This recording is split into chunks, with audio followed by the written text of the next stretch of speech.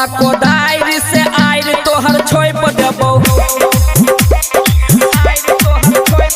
बहुते दिन से छौके छौरी खेत तोहर परती कहा दो करबो उखाड़ के धरती छोड़बो नहीं कोहना एह कोहरती धान लगेबो ओइ में बासमती खेत तोहर जोइत देबो धान ओइ में रोप देबो। हेगे अपना कोदारी से आयर तोहर छोप देबो।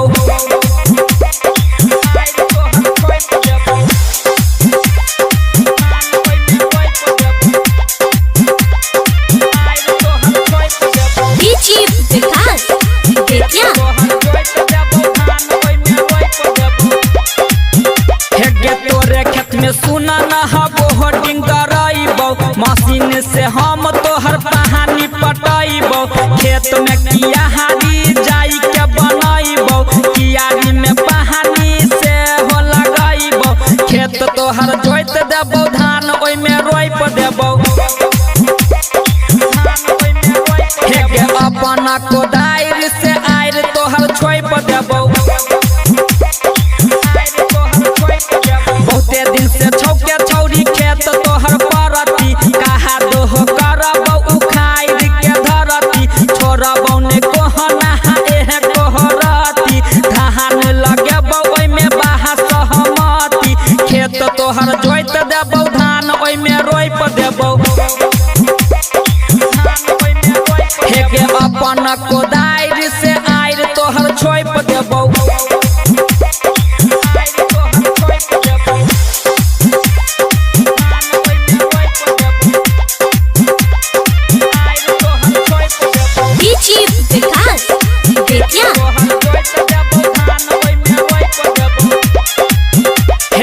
ट्रैक्टर से हम तोहर कहा दो करबो बिया उखाड़ के खेत में लइबो राइटर उमेश के साथे में देखइबो अह जाय अकेला के सुना न बतइबो खेत तोहर जोइत देबो धान ओइ में रोप देबो।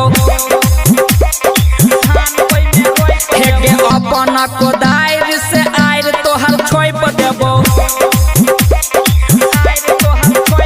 बहुते दिन से छौके छौरी खेत तोहर परती कहा दो करबो उखाड़ के धरती छोड़बो नहीं कोहना एह कोहरती धान लगेबो ओइ में बासमती खेत तोहर जोइत देबो धान ओइ में रोप देबो।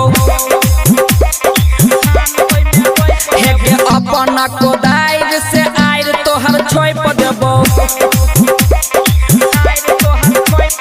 बुझ गेली।